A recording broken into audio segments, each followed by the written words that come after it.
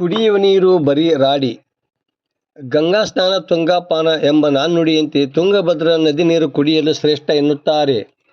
ಆದರೆ ಗದಗ ಜಿಲ್ಲೆ ಲಕ್ಷ್ಮೇಶ್ವರ ಪಟ್ಟಣದ ಜನತೆಗೆ ಪುರಸಭೆ ವತಿಯಿಂದ ಪೂರೈಕೆ ಆಗುತ್ತಿರುವ ತುಂಗಭದ್ರಾ ನದಿ ನೀರು ಬಹುತೇಕ ರಾಡಿಯಿಂದ ಕೂಡಿದ್ದು, ಅದನ್ನು ಶುದ್ಧೀಕರಿಸಿ ಹಾಗೆಯೇ ಪೂರೈಕೆ ಮಾಡಲಾಗುತ್ತಿದೆ. ಮೇವುಂಡಿ ಹತ್ತಿರ ಜಾಬ್ಕಲ್ನಿಂದ ತುಂಗಭದ್ರಾ ನದಿಯಿಂದ ಪೈಪ್ಲೈನ್ ಮೂಲಕ ಸುರುಣಿಗಿ ಘಟಕಕ್ಕೆ ಕಚ್ಚಾ ನೀರು ಬರುತ್ತಿದೆ. ನಂತರ ಅಲ್ಲಿ ನೀರನ್ನು ಶುದ್ಧೀಕರಿಸಿ ಲಕ್ಷ್ಮೇಶ್ವರಕ್ಕೆ ಪೂರೈಕೆ ಮಾಡಲಾಗುತ್ತಿದೆ. ಆದರೆ ಸದ್ಯ ಪೂರೈಕೆ ಆಗುತ್ತಿರುವ ನೀರು ರಾಡಿಮಯವಾಗಿದ್ದು, ಜನತೆ ಕುಡಿಯಲು ಹಿಂಜರಿಯುತ್ತಿದ್ದಾರೆ. ಸುರುಣಿಗಿ ಘಟಕದಲ್ಲಿ ನೀರನ್ನು ಶುದ್ಧೀಕರಿಸಬೇಕು. ಆದರೆ ಅಲ್ಲಿ ಎಷ್ಟರ ಮಟ್ಟಿಗೆ ನೀರು ಶುದ್ಧ ಆಗುತ್ತದೆಯೋ ಗೊತ್ತಿಲ್ಲ.